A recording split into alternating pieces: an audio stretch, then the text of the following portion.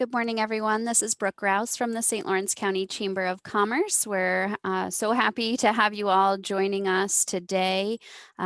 We have tried since March to keep on top of all of the changes and opportunities available to businesses and to be here to keep you informed and connected to the resources. And Dan Rickman from the SBA has been a great partner of ours from the start. And we've had a couple of calls with him. It's always nice to hear directly from the source. So Dan, we really appreciate your time with us today and over the last several months to help our businesses here in St. Lawrence County. Thank you for those who have joined and those who completed our poll. That's really helpful information for us to see kind of where businesses are, and that can help the conversation here. Just a couple of housekeeping items. We are recording this session and we will make it available on our YouTube channel, which you can access from slcchamber.org. And I'll get it up as soon as I can. If you are joining by computer, you have the option to ask questions through the chat box whenever you'd like. You can and do that as it comes up, even if Dan addresses it, and we'll take some time throughout and then at the end to address your questions. And if you feel like your question is too silly to share, you can click to just send it directly to me. Otherwise, it will be shared with everyone. But as is almost always the case, we all have the same questions. And so do not feel that your question is too silly or too small. And based on the poll, it looks like a lot of people have some experience with these programs and a lot of people do not. So your question will certainly be helpful to someone else on the call today. So we thank you for your engagement in the chat box. So I will at this time let Dan share his screen.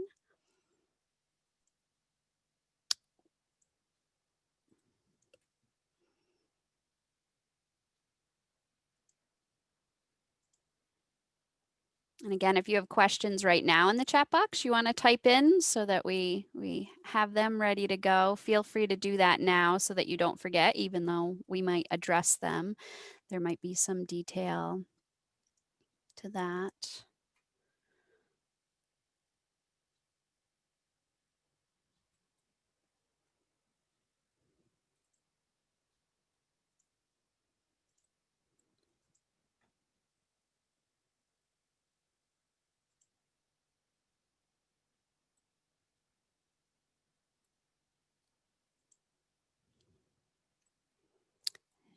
Dan, are you able to share now?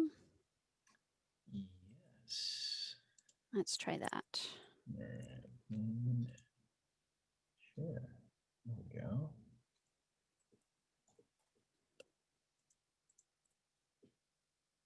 All right.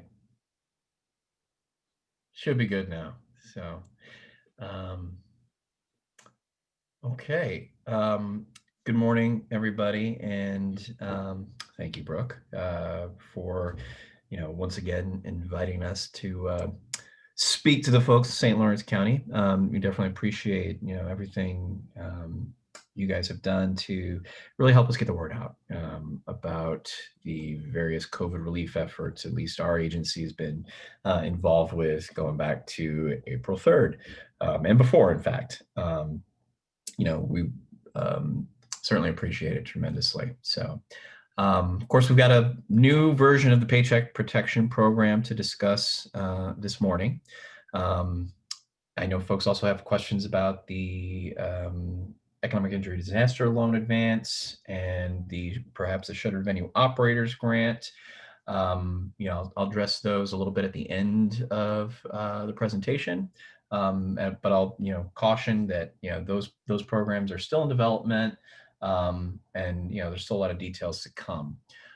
Similarly with the Paycheck Protection Program, we'll discuss things as they are now. For folks that have been tuned in to the all of this PPP stuff over the last year, there's, I think we all anticipate additional guidance and clarifications to come, but, kind of do the best we can to at least address what we're hearing so far.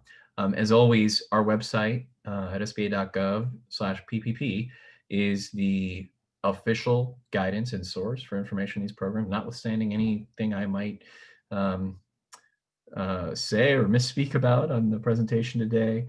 Um, you know, the official documentation trumps that. Okay.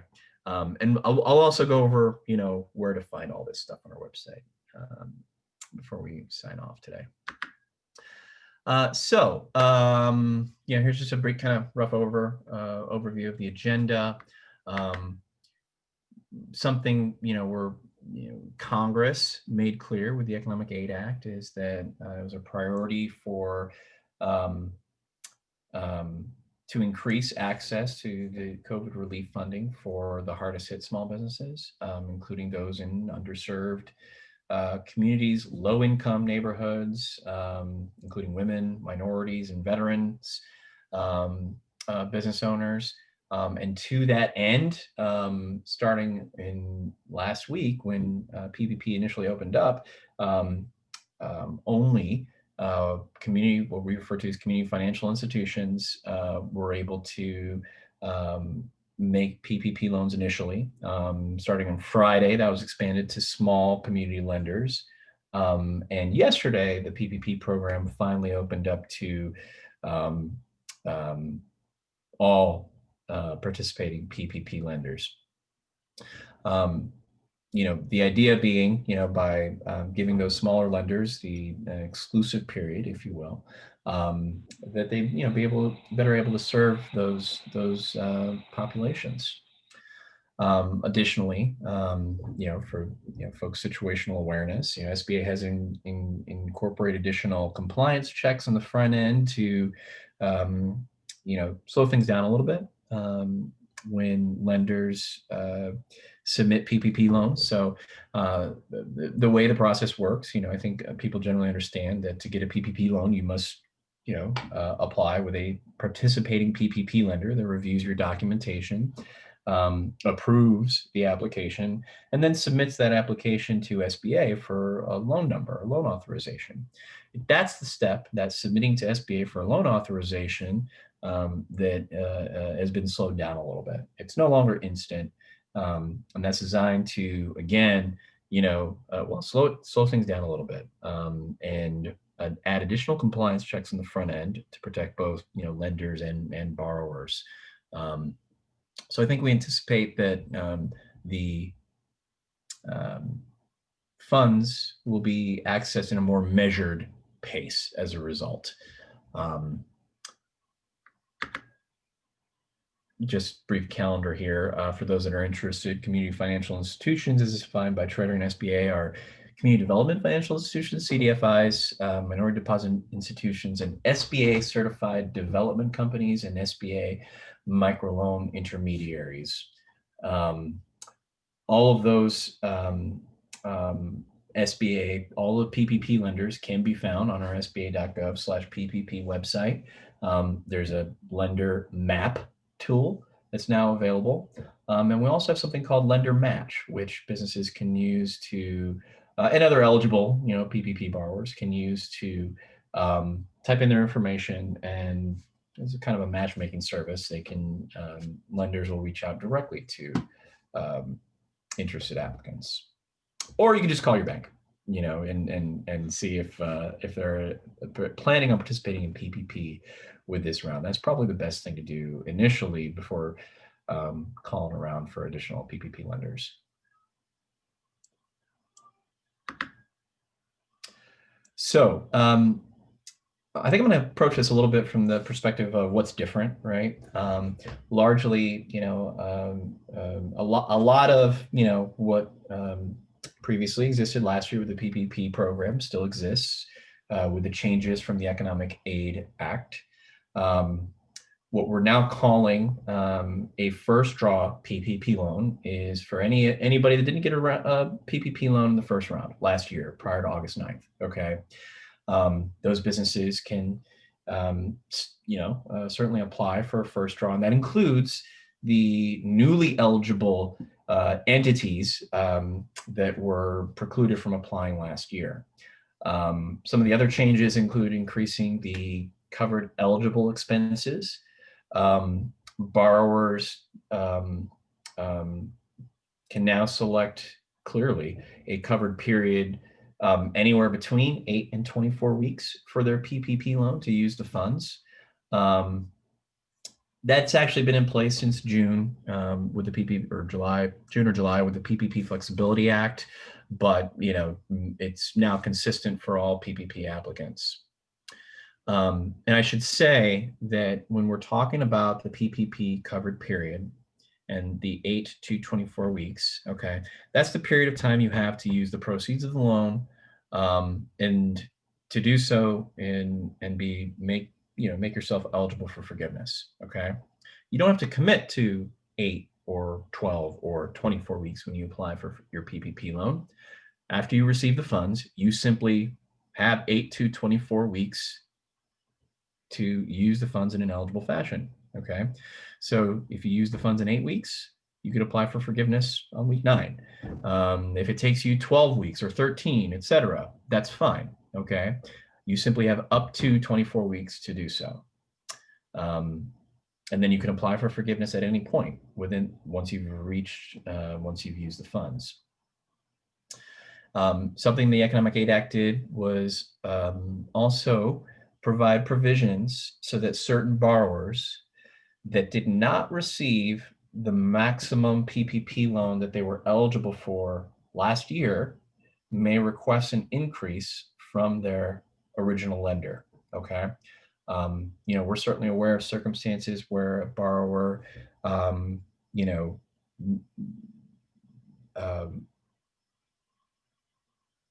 was eligible for 2.5 months, but they only took a month's worth of payroll because they weren't sure if they could spend all the funds, for example, right?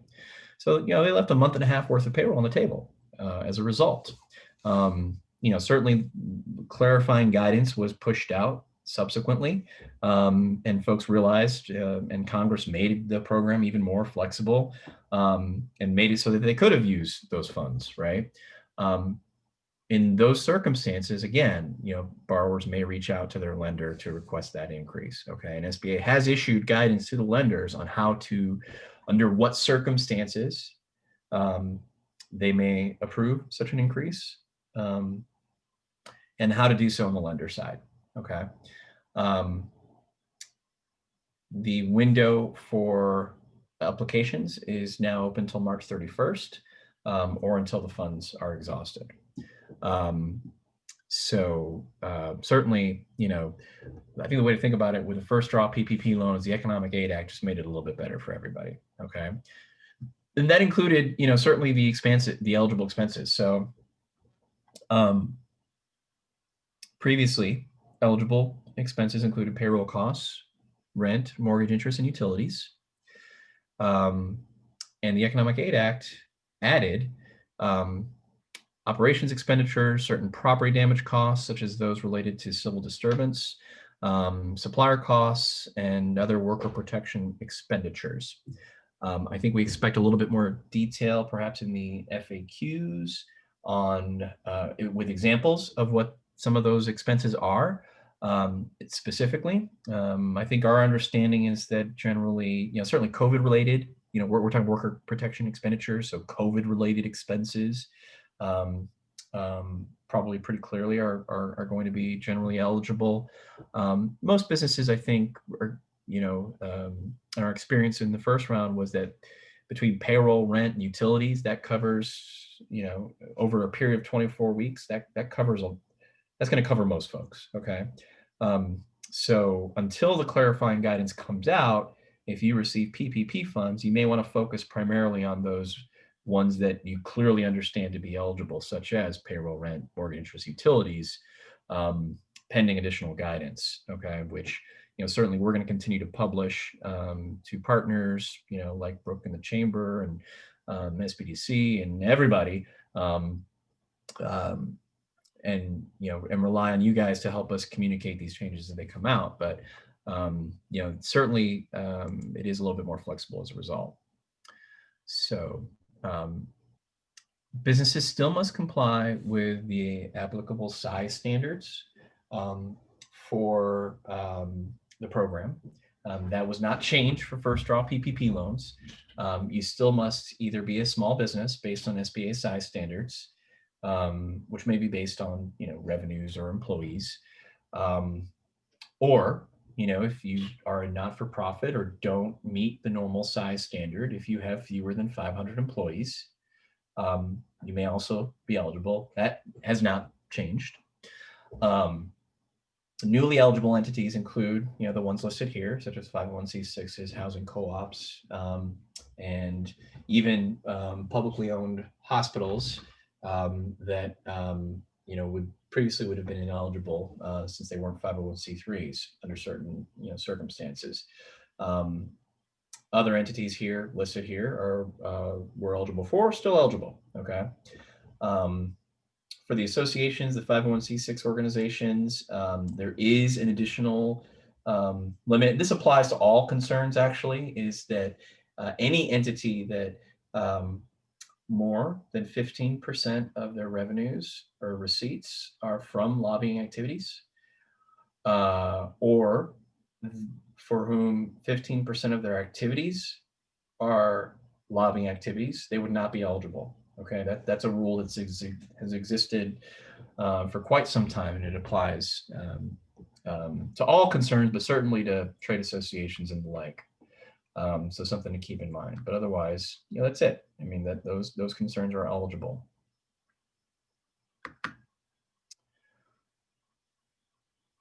With what we're calling the second draw PPP loan, this is for borrowers that previously received a PPP loan, a first draw, if you will, may be eligible for a second draw. Affiliation rules and size standards in terms of how to, compute if you're a small business, all of that still applies. However, Congress did add a 300 employee or less threshold that applies to all concerns. Okay. So, I think our understanding is you may be a small business based on SBA size standards, but if you have 500 employees, you would not be eligible due to the 300 employee rule that Congress applied to the second draw PPP loans. So that's one big difference between first draw and second draw. And again, that's in aggregate. So we're looking at, may have multiple entities, okay? SBA always looks at the aggregate to determine when we're talking about eligibility, okay? Additionally, a business must be able to demonstrate that they suffered a 25% reduction in gross receipts, either annually between 2019 and 2020, or in comparing like quarters. So if you have any quarter in 2020, Q1, 2, 3, 4, if you compare it to the same quarter in 2019 and you had a reduction of 25% in revenues in that quarter, you would also be eligible. And we're talking literally calendar quarters. Congress specified calendar quarters, okay? So it's not any consecutive 3-month period. It is calendar quarters that we're comparing for computing the revenue reduction. And that revenue reduction is also in aggregate. We're looking at, there's one calculation. If you have 5 entities, you add up the revenues for all 5 entities and then do your annual or quarterly computation to calculate reduction in gross receipts. Doesn't matter if you're going to apply separately with each entity for a PPP loan. We're talking about in aggregate. They must all be eligible. They must, in aggregate, meet the threshold. And then all the entities are eligible at that point.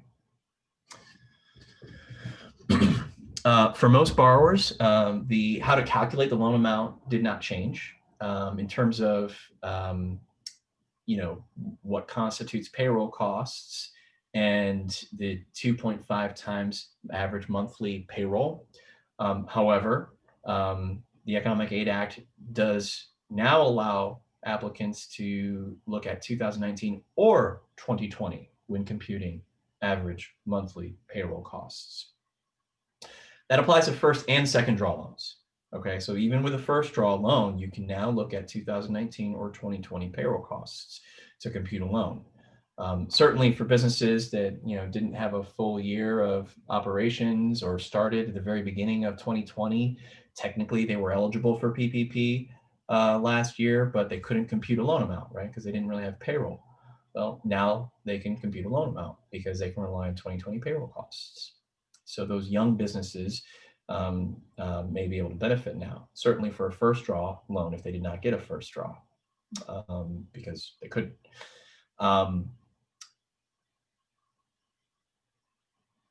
And the maximum loan amount is capped at $2 million now. So with a first draw, you can still get up to $10 million.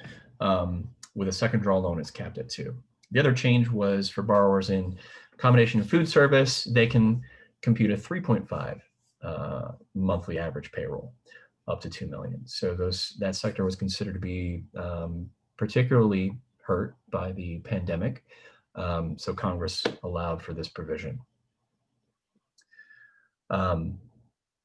Second draw PPP applicants, there's a different application form that they can refer to, and it goes into some detail on the revenue reduction and all of that stuff. Kind of condenses a lot of the information from the interim final rule. So I would encourage folks to kind of review that when you're talking about if you have questions about eligibility and how to calculate stuff.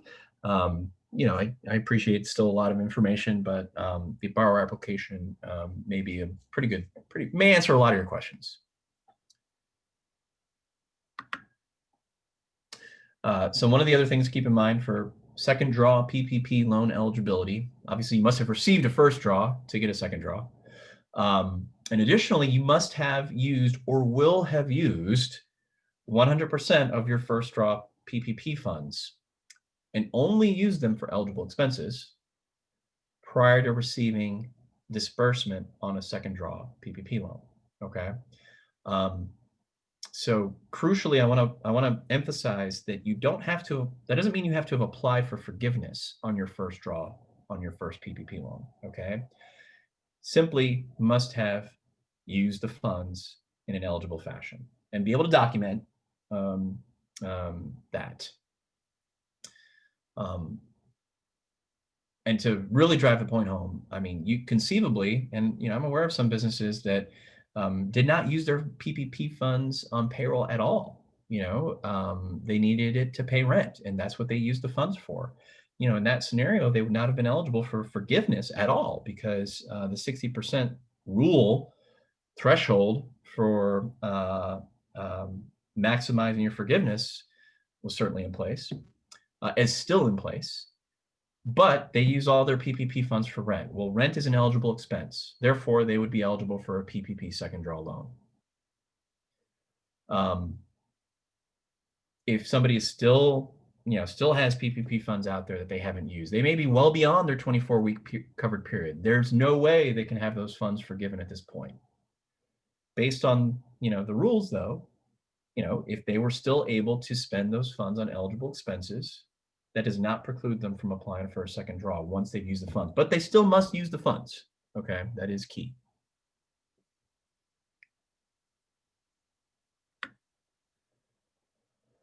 A couple other big changes from the Economic Aid Act that folks should be aware of. Certainly nothing's changed with respect to borrowers. You apply for forgiveness through your lender submits a forgiveness decision to SBA. That hasn't changed. The Economic Aid Act did remove or eliminate the requirement that the CARES Act previously had in place that the EIDL advances that anybody received be deducted from forgiveness payments. So anybody that received an advance no longer will have that advance deducted from their forgiveness. And anybody that had that advance deducted from their forgiveness because they already applied for and received for forgiveness, SBA is going to provide,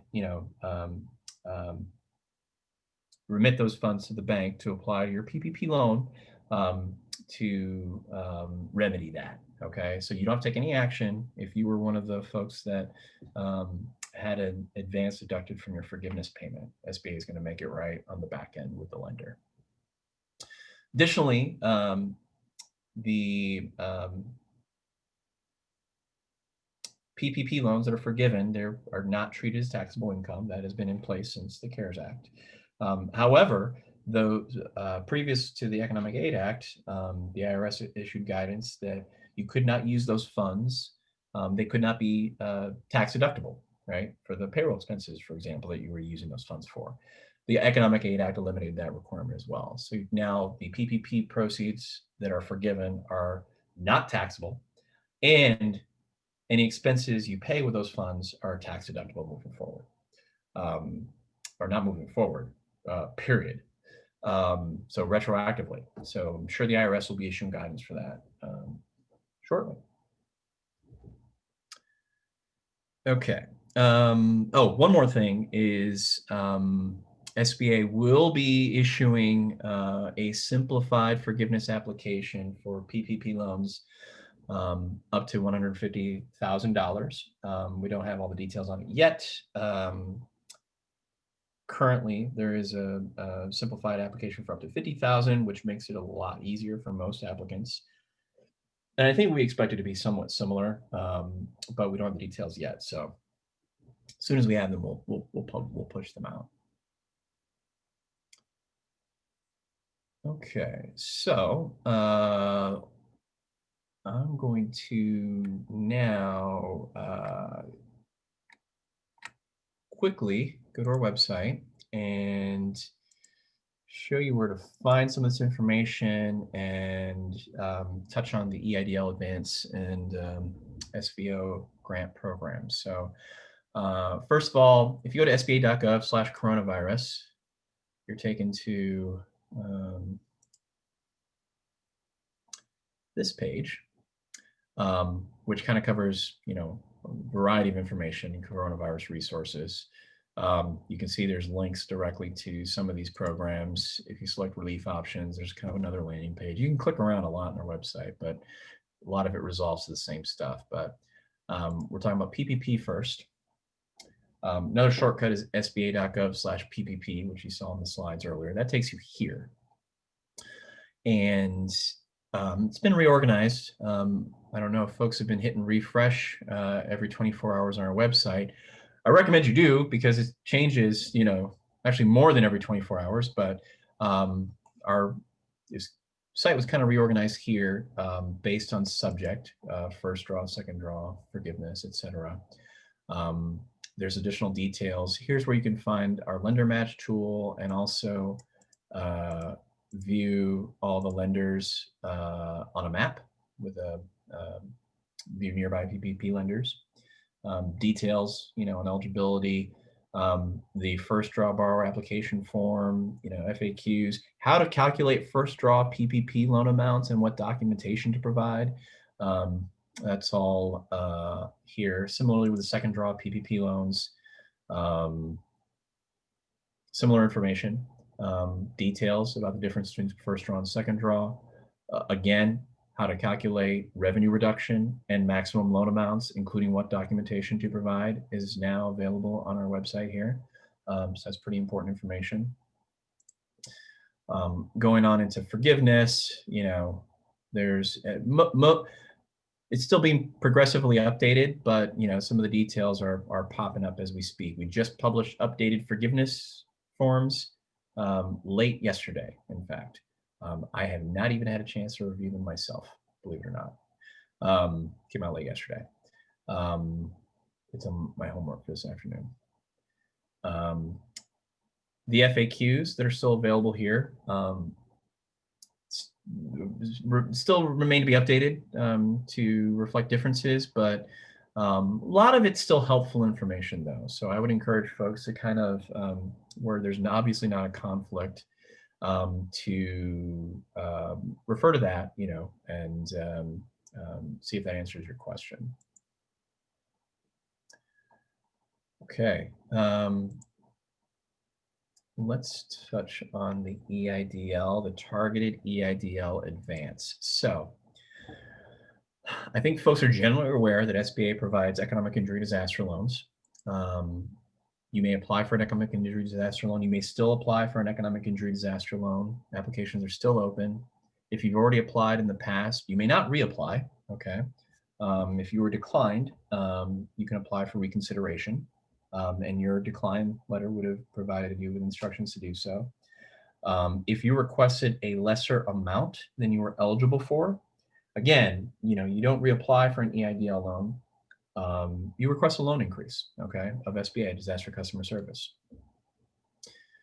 You may not apply for a targeted EIDL advance. The EIDL advance itself is no longer available. The Economic Aid Act created what we're now calling the targeted EIDL advance.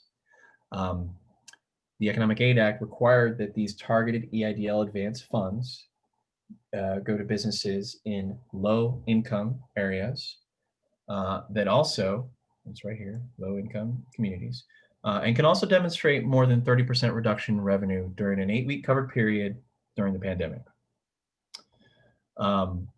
The way this is going to work is SBA will reach out directly to prior applicants. And the first priority is going to go to those businesses that did not receive the full 10,000 last year. Because say, for example, they only had 2 employees, they received a partial advance. We're going to reach out to those applicants and to confirm their address, and if they are in a low-income community, then ask them to provide the documentation to support the 30% reduction in revenue. And if all that works, they'll get the balance that they're owed for the advance. So if they got 1,000, then they'll get 9,000 to make up the difference. Once SBA has gone through all of those applicants, they'll then move through prior applicants that applied subsequent to the funds running out for the advance last year. Okay. And do this something similar. Ask them to confirm their address and then demonstrate the income reduction, revenue reduction rather, that income revenue. And presumably, go down the list until the funds are exhausted. So borrowers do not have to take any action until SBA reaches out to them and invites them to essentially, reapply for this advance. Okay. Section 45D, subsection E of the Internal Revenue Code defines a low-income community. I don't know what that means, but I understand that we're going to be publishing a map soon that some folks can proactively reach out to determine if their business is located in a low-income community. But again, you cannot apply for this, so there's no action you can take to get in line. You already did, essentially, if you applied for an advance last year or applied for an EIDL loan last year. Finally, with the Shuttered Venue Grant program that was created by the Economic Aid Act, we have some initial details on our website here about this program. We do not have all the details, and we don't know when precisely it's going to launch yet. Our Office of Disaster Assistance is still working on developing the program. We do know, who can apply. Live venue operators, theatrical producers, performing arts organizations, etc. These types of entities will be considered eligible. Okay, they must have been in operation prior to February 29th, 2020. And any eligible entity must not have received a PPP loan on or after December 27th. Okay, so if you received a PPP loan last year, that would not limit your eligibility.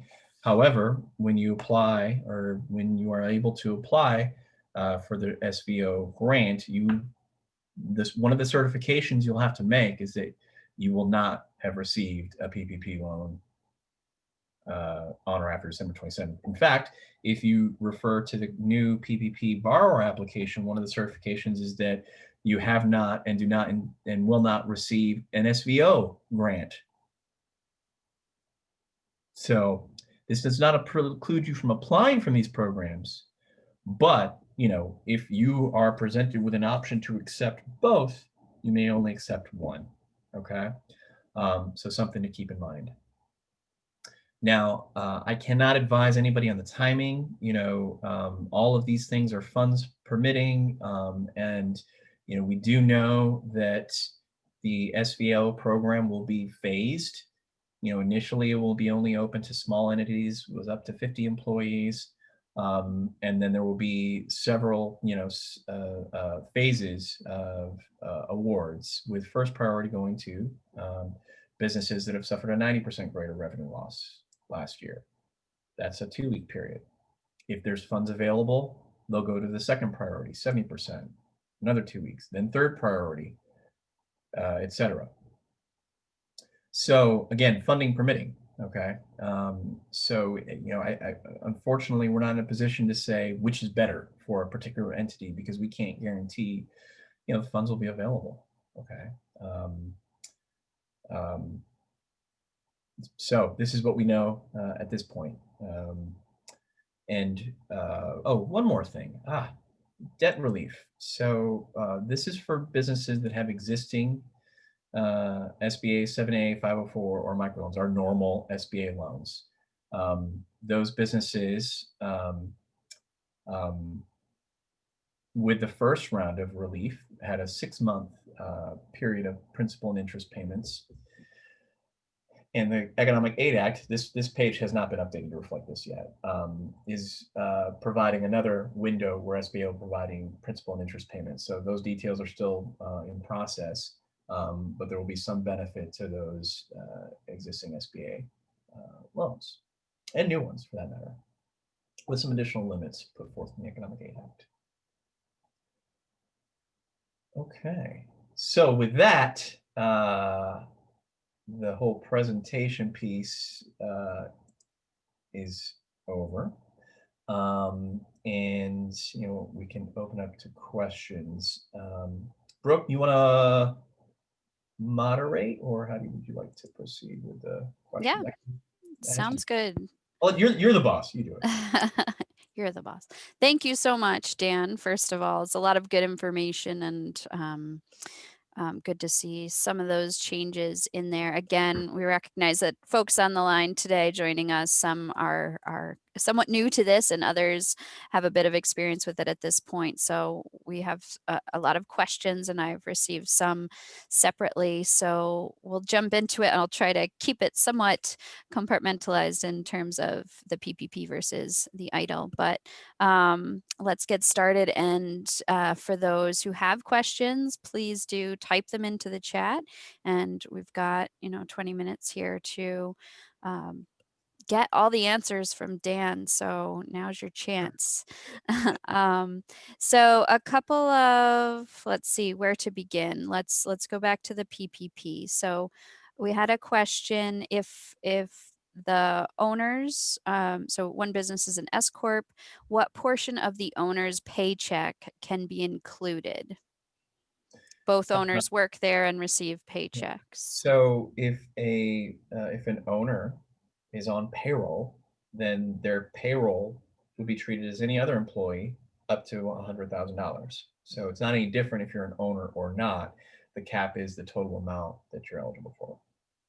Okay, so treated just like any other employee in terms of covering payroll. Correct. Yeah, that was not changed by the Economic Aid Act. Okay, and a clarification on the monthly payroll costs that can be included would be obviously the payroll, but are any of the other costs included? So employment insurance, workers' comp, disability. Yeah. So not workers' comp, because workers' comp is not considered a payroll expense. It's insurance, so it's not included in your payroll. Though it is related to payroll, it is not a payroll cost. It's insurance. But otherwise, employee benefits, health insurance, things of that nature, those are included and specified in the how to calculate the loan amount document. Okay, so any employee benefits if there's a retirement contribution or anything like that, or is it? Retirement, absolutely. Yeah, okay. And I should say that that's in addition to the gross payroll. Okay, so if Right. the gross payroll is 100,000, those benefits are in addition to the 100,000 max. So the 100,000 limit for any employee is not inclusive of benefits. It's just the gross wages. Okay. So it can be 100,000 plus those benefits. Yeah, yeah, and those benefits, that might be significant, Sure. to the business, because those are usually employer costs, right? Um, as opposed to um, payroll contributions, right? So very Okay. helpful. And just to clarify for those on who are still getting familiar with all of this, these are loans that we're talking about, but each of them have a forgiveness component. So that's where I think it's helpful and important for people to understand how the forgiveness works. That yes, it's a loan, but it can portions can be forgiven. So Yeah, yeah. To really drive. That's why you don't hear me call it the PPP grant. You'll never hear me call it that. It's yep, not a grant. In fact, it is a loan that can be forgiven. To your point. right. Um, the you mentioned PPP is not considered as income for 2020 for tax purposes. Is it the same for all of these programs? Correct. So the CARES Act, we have to go all the way back to March, and the CARES Act that required that those programs, those funds, are not to be treated as taxable income uh, for income tax purposes. The only change was the deductibility of the expenses you used to pay with those benefits. That was what was changed by the Economic Aid Act. But correct. Okay. There's a follow-up question about payroll for owners. So if they don't receive a paycheck, but they take a draw, how is that considered or not? So if you're talking about owner compensation,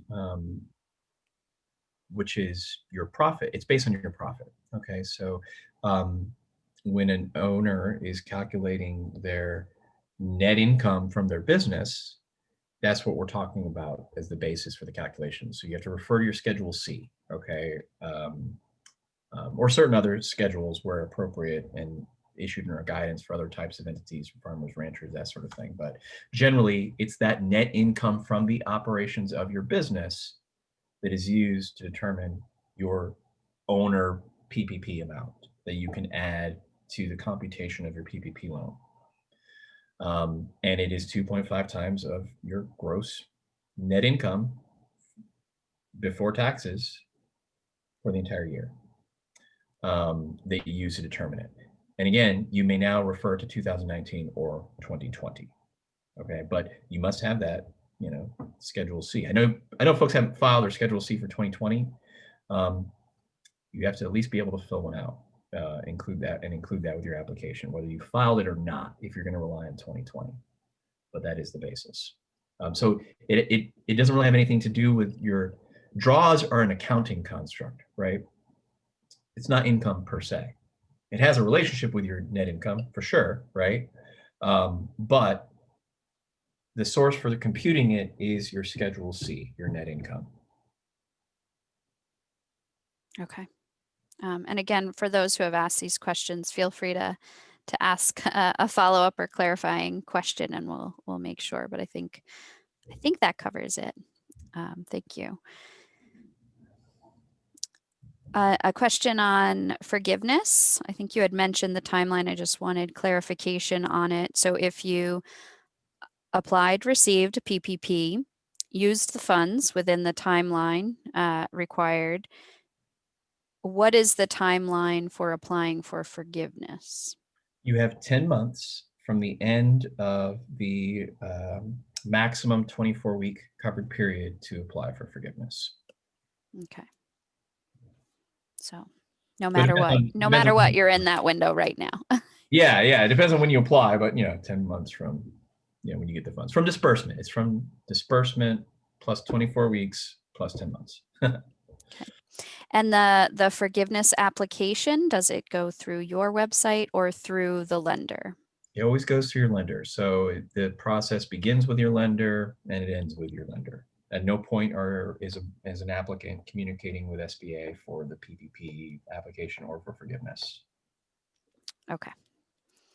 And again, for those who are somewhat new to this, the PPP goes through lenders. Not all lenders are participating. Hopefully yours is, but if not, there's the map to find one, and we can also try to connect you. The SBDC and the IDA especially, I think, have been keeping in touch with those lenders, and we can make sure to find you a lender. And then the EIDL is directly through the SBA website portal. That's the same, right, Dan? Correct. Yep. And you can get to it from the main page. Apply here. For the loan, remember that's just the loan. Cannot apply for advance. Right. Just sticking with the PPP a little bit longer, can you talk again, just some clarification on how the PPP and the EIDL interact?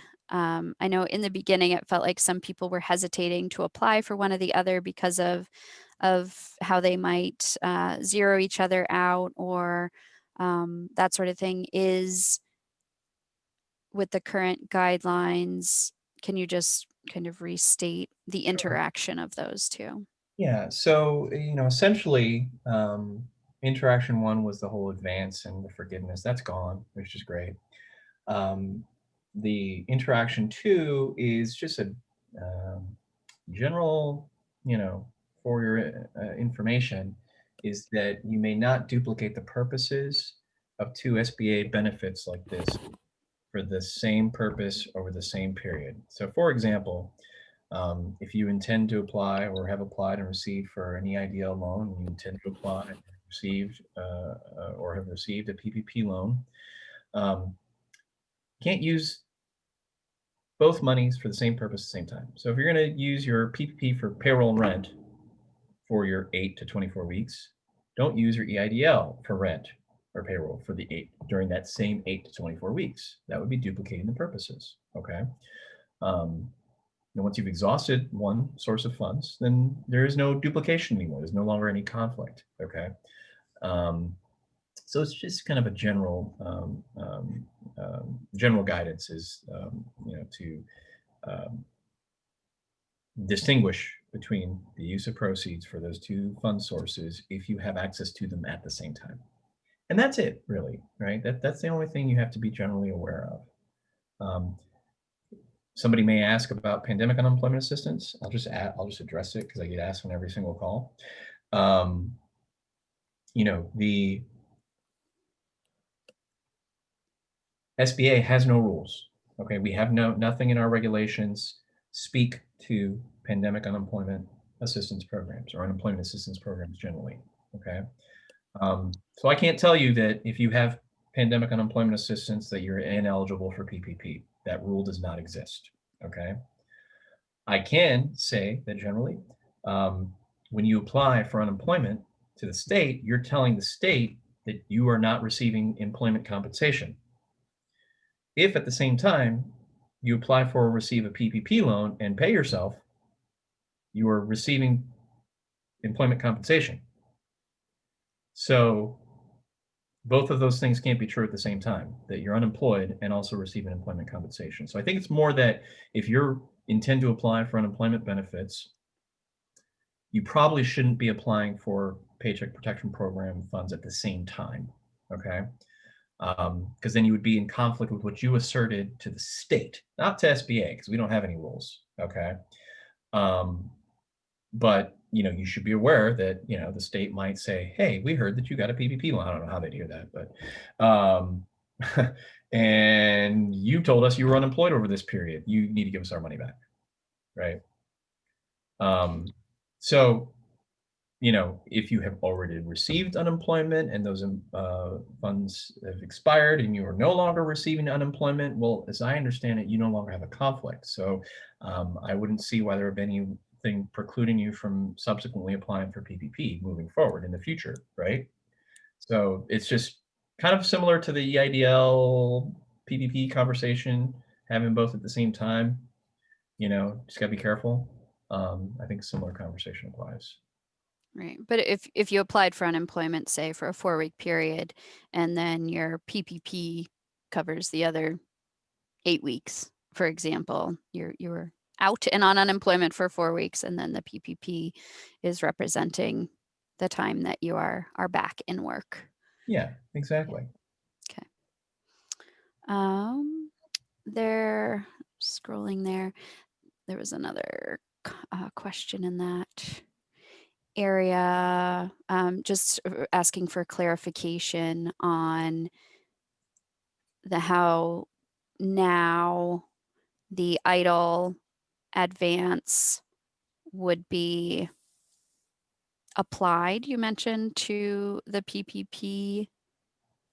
Can you talk a little bit about that? Yeah. So if you had an EIDL advance deducted from your um, um, forgiveness, then you will receive those funds that you should have gotten now. Okay. Um, I think that's the question. Yeah, and Um, that you said will just happen. It it'll just will happen. just show up in Yeah, the your account. bank. Yeah, I can't give you a timeline because I don't know that we've issued the procedures yet, but it will be automatic. It's going to say, "Hey, banks, go do this now," Yeah. and we give them the money and they do it, and they Okay. make it so. So there's no need to call your lender and say, "Hey, when is it? When am I going to get my EIDL advance money?" Because it hasn't happened yet. Okay. Um, it'll happen when after we publish the guidance um, and we'll probably say the banks you have this period of time to do so. Something to that effect is probably how it'll go. Okay. We'll switch into a couple more EIDL questions. Trying to see. You mentioned that the if you applied originally but didn't get the full amount, then you'll be contacted to potentially receive more. How will that contact happen? We've tried to keep an eye on scams throughout this process as well. Is it a phone call? Is it an email? Is it a specific email address? Where do people need to be keeping an eye out for that contact? It'll be from an SBA.gov email address, presumably disaster customer service. I don't know for sure. They may create a new address, EIDL targeted. I don't know what they will call it, but um, if it's SBA.gov, it'll be from SBA.gov. So, and just as a general, word, when you receive, you need to look at the full email, the details of the email address, not the name of the person in your email client, right? You need to, you may have to click and see that and confirm that it's from at SBA.gov and just at SBA.gov. It will have no other, it will be nothing but at SBA.gov. Okay. Um, to confirm it's coming from SBA. And it'll be similar to the communication you received for the initial loan, right?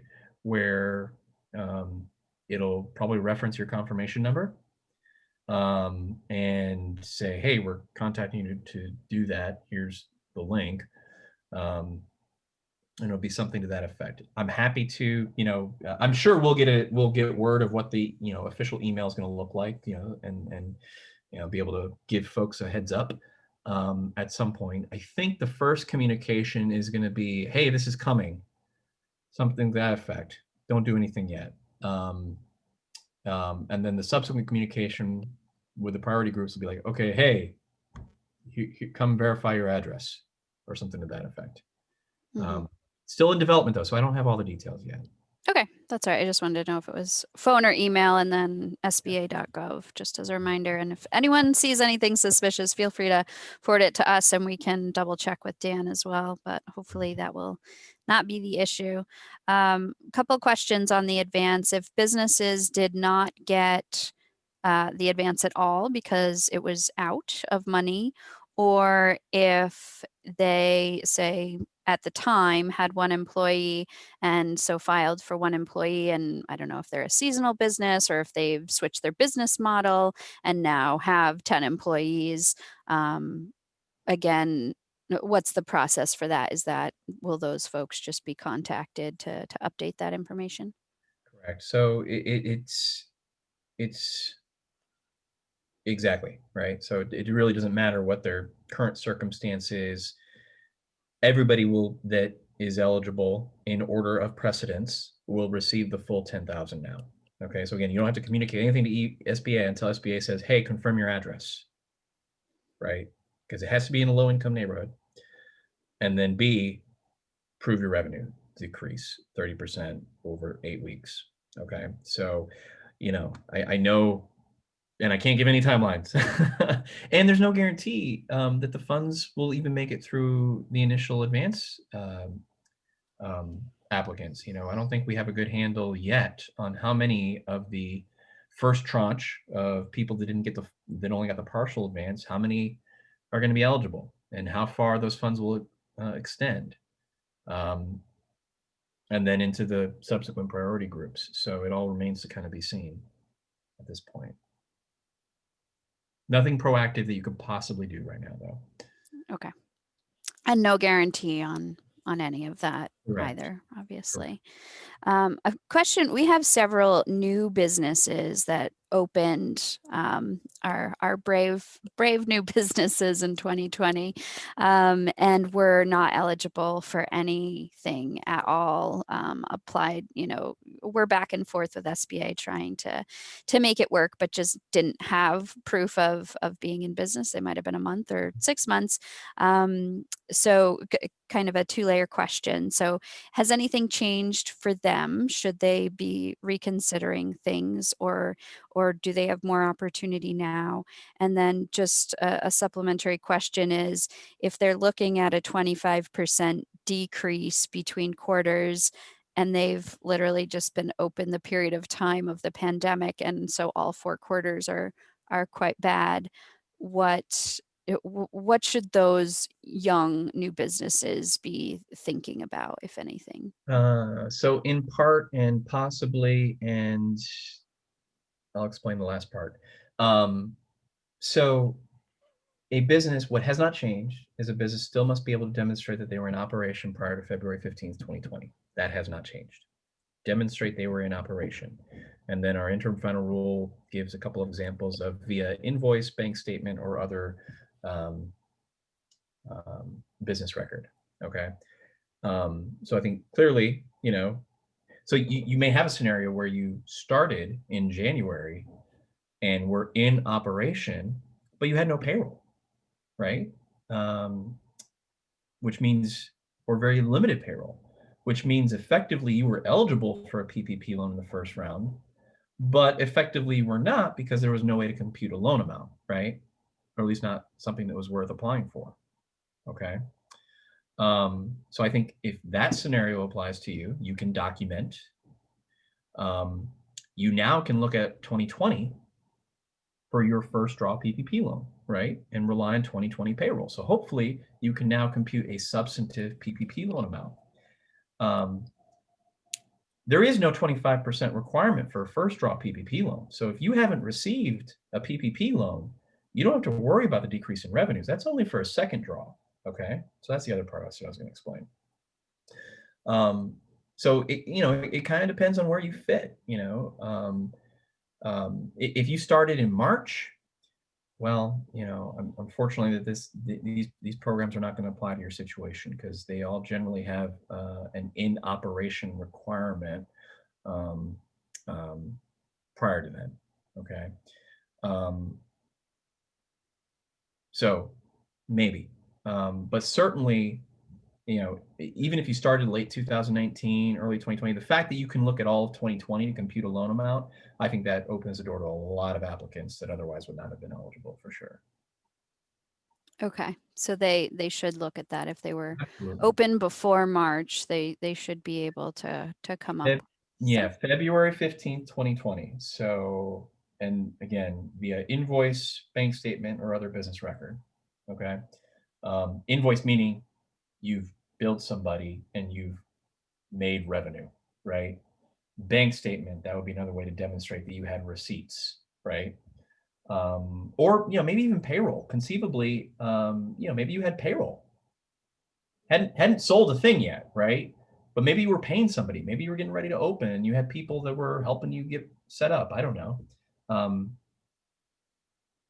That may suffice as demonstrating you were in operation, right? And as far as EIDL goes for new businesses, the advance again is not available. But the loan potentially they could apply for. Correct. Okay. And just a clarifying question on that from one of our businesses. They're referencing the second draw. If they were in operation since December 2019, but revenue over 2020 averaged out quarter to quarter without that 25% drop. So the interim final rule for the second draw states that if you were in operation in like Q4 of 2019 or not in operation for the entirety of 2019, you can compare that Q4 2019 to any one quarter in 2020. So there still has to be a demonstrable revenue reduction. It also goes on to give an example of if you were, say you started January 1, 2020, you can utilize Q1 2020 revenue decline and then compare that to Q2, 3, or 4 Q of 2020. I know that that is not going to address every scenario. Those are the scenarios that were laid out by Congress in the statute, though. Okay, so this is not SBA coming up with these formulas. This was Congress's intent.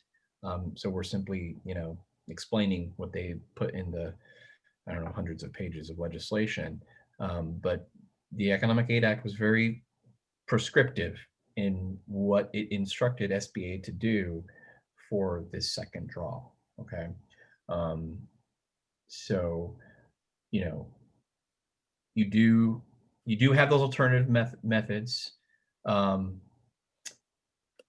The how you compute the gross receipts, well, that's generally accepted accounting principles. Okay. So, businesses use either cash basis or accrual, right? You must be consistent. Because that's a generally accepted accounting principle in and of itself. So you could not compare a accrual in 20, forgive me for the, people that hate accounting, but for those that like it or want to know this, it would be inappropriate to use accrual for 2019 and cash basis for 2020 or vice versa, right?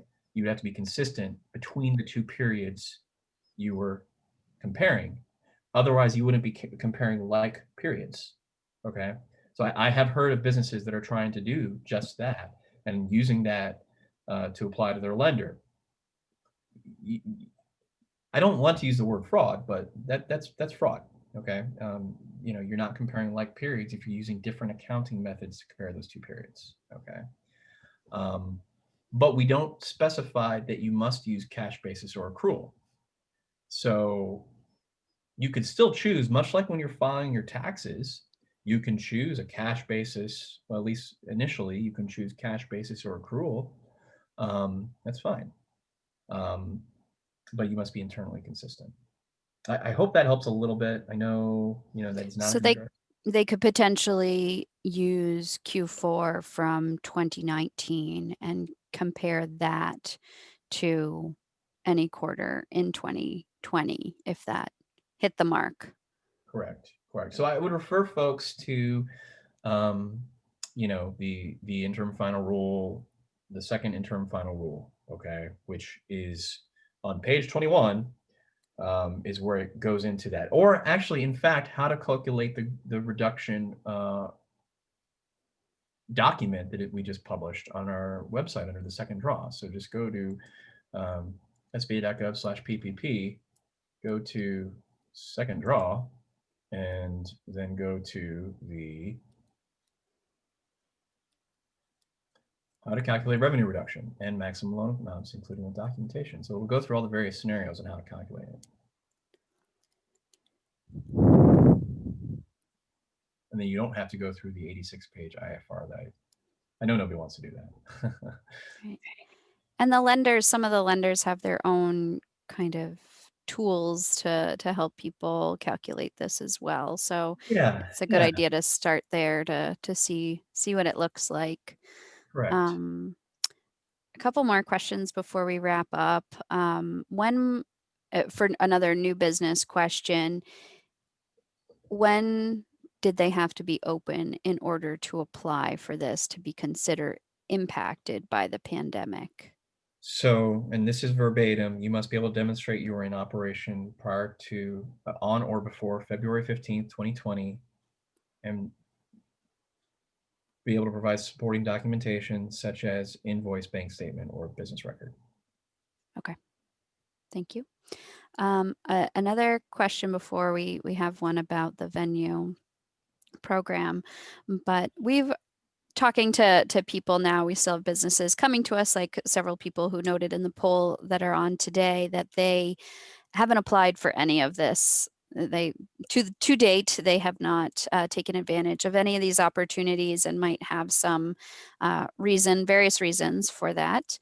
But what would you say are some of the key reasons or key things that people really want to consider, or key risks associated, if any, with pursuing any of these programs? So I think with the PPP program, you have to be able to have some, confidence that you're going to be able to use the funds in an eligible fashion in order to be able to maximize your forgiveness. And that means over a 24-week period, 8 to 24-week period, you should have some confidence that you can spend 2.5 months worth of payroll.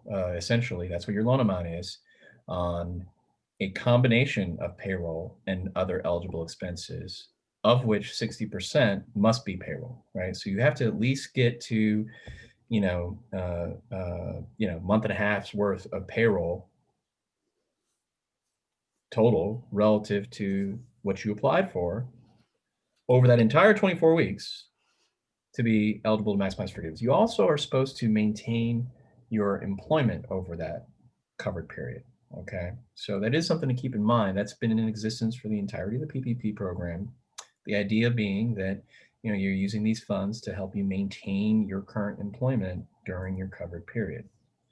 Um, so And that's employment that's levels. It doesn't have to be the same people. correct. Correct. Um, So, I would say that if you need some assistance with that projection, you need to reach out to SBDC. Okay, Canton SBDC. I'm going to volunteer them because they're on this call and they know I'm going to do it, to help with that. Or your accounting professional or whoever you rely on that has the expertise to help you forecast your expenses. Right. That's how you get confidence that you're going to be able to use the PPP funds like you should to be able to get forgiveness. Okay. Um, you want to plan for success, right? So plan for forgiveness and hopefully be able to use these funds to benefit your business. Okay. I'll always be honest with folks. And if you think that these funds aren't going to help you keep your doors open, then you need to have an honest conversation, right, with yourself on whether or not you need it, because this is not a grant, right? PPP is not a grant; it's a loan that has conditions under which the amount can be forgiven. Okay, um, so that's something to keep in mind. With respect to the EIDL program, similarly, it's a loan. It's not a grant. It's not forgivable. It has a 30-year term. You need to be able to, you want to be able to have some confidence that you can make payments on that. Payments will be deferred for a year, but hopefully that gets you over the hump and gets to a point where you're cash flow positive and things are going well again. But you want to be able to, be able to meet that obligation, right? You also, with the EIDL loan, it's a working capital loan. It's supposed to be used for eligible expenses that include working capital. So it's not something where you can use it to invest in real estate or fixed assets or new business operations. It's for paying your bills. Okay, so there's a use of funds requirement, really, to both programs, right? The PPP program has use of funds, things that you can use it for that are eligible, and I know SBDC has been working with folks throughout all of this to, help plan that out, right, and leverage these funds, right? Leverage these funds to hopefully, maybe free up your existing resources to do these other things you might want to do with your business, right? Because if you have a loan, an economic injury disaster loan for working capital purposes, and maybe you still have some reserves, right? Well, there's nothing that says you can't use those reserves to improve your business, right? You just have to be able to, it's an accounting thing, and I know sometimes it's difficult to keep up with that stuff, but it is important in these programs to do it right. And I think your point there, we've talked to some businesses who have, had to really scrape from every angle of personal bank accounts and selling vehicles and things like that to keep their business going. And I think, that's the time when you have a look at that and say, does that make financial sense to do that? Or the attractive, I would say very attractive terms of this loan, is that a better way to get through this? And I found in doing it that it's very clear what you can choose, how much you want to take, accept in the loan, and then it gives you your monthly payments and all of that. So it's very clear and easy, which I think is important because not everybody is able to make those decisions. But again, we have resources to help if you want to just lay that all out on the table, talk to your accountant or talk to someone at the SBDC to really just see that big picture for yourselves and weigh the options. Um, okay, I'm gonna pull. Was there anything else, Dan, there with kind of considering the risk or where folks may have gotten caught with these programs that people would want to consider? No, I think the key is, is again, plan for success. And I guess one final thing is, these are loans, right? So if you can't use the funds as agreed, or don't anticipate that you'd be able to get forgiveness or be able to repay these loans, there's consequences for that, right? I mean, these, while there's no personal guarantee for these programs, you're still promising to pay, right? And if you were to default on these programs because your business was to go bankrupt or, what have you, heaven forbid, that would preclude you from getting SBA loans in the future, right? That's a consequence of default, generally. Okay. So not that I want to scare anybody, but these funds need to be able to help you. Otherwise, it's not free money. Okay, it's just I want to caution folks. It's really not. The advance is, for those few businesses, that's legitimately a grant. So if you can get it, great. But otherwise, plan for success. Okay. Great. Very helpful. Can everyone see the contact information? Is that up in front of you? They won't respond. Dan, can you see it? Yes, it's up. Okay, thank you, Tom. So these are some of the resources available. Dan, who's joined us today, we are here. We're continuing to do program and connect you with resources. We also have a COVID page with some information, but any upcoming programming will be on SLC Chamber. SUNY Canton Small Business Development Center has a number of advisors, including someone who specializes in HR and someone who specializes in restaurant assistance. And so if you call that number, or you hop on that URL, you can request individual counseling free of charge. And then the IDA is also available. Their staff are all up to date as much as possible on these things as well, and can help you navigate this, as well as a number of other local programs that they have made available. So You've got a big team of people here to help. Don't feel like you're banging your head against a wall and that you're alone. That is really these three organizations. We've really been working closely throughout the pandemic to make sure that nobody's kind of left behind, that you have people to talk to, even if it's to talk to. But certainly we'll be able to help you at least process all of this information that can be really overwhelming. Be sure you can screenshot that if you want, and find it on our website. And again, this will be recorded. There was one more question, Dan, on the venue program. You had noted that people cannot take advantage of both the PPP and the venue program. What if they did the PPP already? I think there was a time frame there. Should they wait on the PPP to see about this application? What's Yeah, your that recommendation there? there isn't one. There's not one. Unfortunately, I can't. I can't. In part because it's inappropriate for me to do so, but also because there's not enough information, right? Like, because there's a limited access to there's limited funding for both programs, right? And with the SVO program, which has not launched yet, for which I have no idea when it will launch, not this week, not next week, I don't know.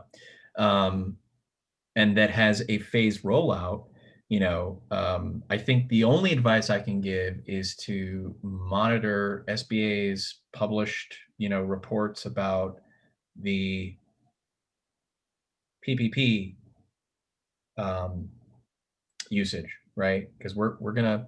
I have a press release I need to send out to everybody about last week. We did 5 billion for 60,000 PPP loans. That means there's, I don't know, 280 whatever billion left, right? That's something you might want to monitor if you're holding out for the SVO before applying for PPP. You got to keep an eye on both. But I can't advise. I can't advise as to which would be better or if you should wait. It's on you. But I will say that as soon as we have more information, we're going to send it out to we're going to send it out, right? Um, so I'm sure about 5 seconds after I send it out to all the partners, Brooke will be sending it out to your distribution list, right? So keep an eye out to all your various newsletters that you receive for sure. Yeah, or bookmark the SBA site and Yeah, refresh. yeah, for sure. So great. Well, thank you again, Dan, for your time. I always try to stick to an hour, but there are a lot of really good questions today. And thank you all again for joining us. And we will have this recorded and available if you want to review or if you want to share it with others, something that you can just listen to. As you saw, it wasn't overly visual other than showing you where to go and some of those tips. So definitely share this with others and let them know that there are people here in the county ready to help. And so there's no excuse, at least, to consider these opportunities. They can be really beneficial and have certainly meant not life or death for a business, but in some ways they have certainly kept doors open. So I think that is a good opportunity for most. So, on that note, I will wish you all a wonderful afternoon. Thank you for joining us, Dan, and for all of you. Again, this is Brooke from the St. Lawrence County Chamber of Commerce, and stay tuned with what we're up to on slcchamber.org, and happy to help with anything. Have a great afternoon, everyone.